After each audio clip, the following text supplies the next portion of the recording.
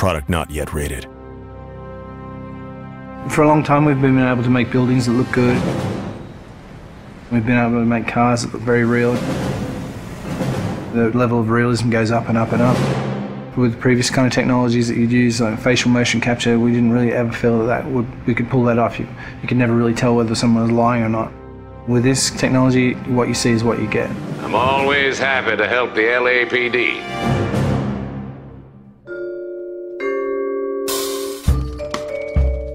We started research on it about 5 years ago. Back then, only research groups were already doing it, this kind of 3D mesh generation from optical cameras. We thought that there might be some application for what we were doing, and this story is a detective story, so the believability of the actors' performances is key to gameplay. That's one of the key strengths of our system. We can actually see all the subtle features that animation traditional ones just can't do.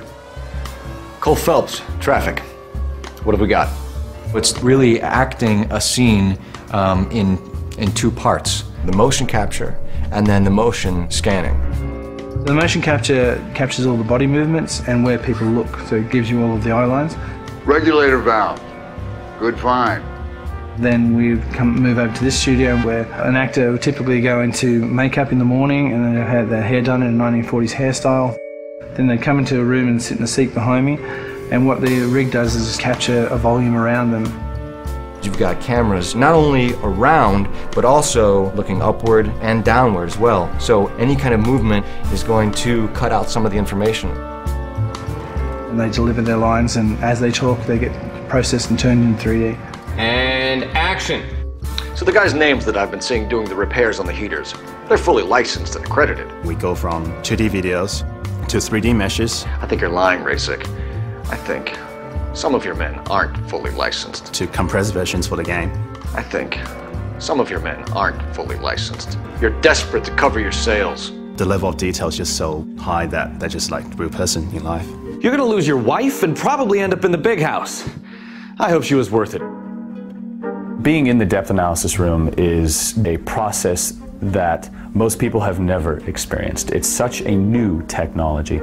It's a constant close-up is what it is, but it's a close-up from 360 degrees. There's something pretty special about knowing that you will be recreated but in another type of form. I saw myself today. Blow it off, Cole. These artsy-fartsy types always get a little flighty. It's me. LAPD, drop the weapon! Oh, you think I'm some kind of nut job? What proof have you got? A big theme of this game is dishonesty and to detect when people are lying. You couldn't have done that in the past. Why are you lying to me, Varley? The better you are at reading people, the more things it'll reveal, and the story goes different ways if you do that. The only way you're going to get rid of me is to give me an answer. You're out of your depth here, detective, and you're asking the wrong questions of the wrong people. Having this realism really helps. You're literally talking to that person and then seeing how they behave by asking questions. Why did you kill Mrs. Terrellson? I have no recollection of the people I have killed. So what if I took a look around that car? You can't be accusing me of nothing. You've got the wrong guy.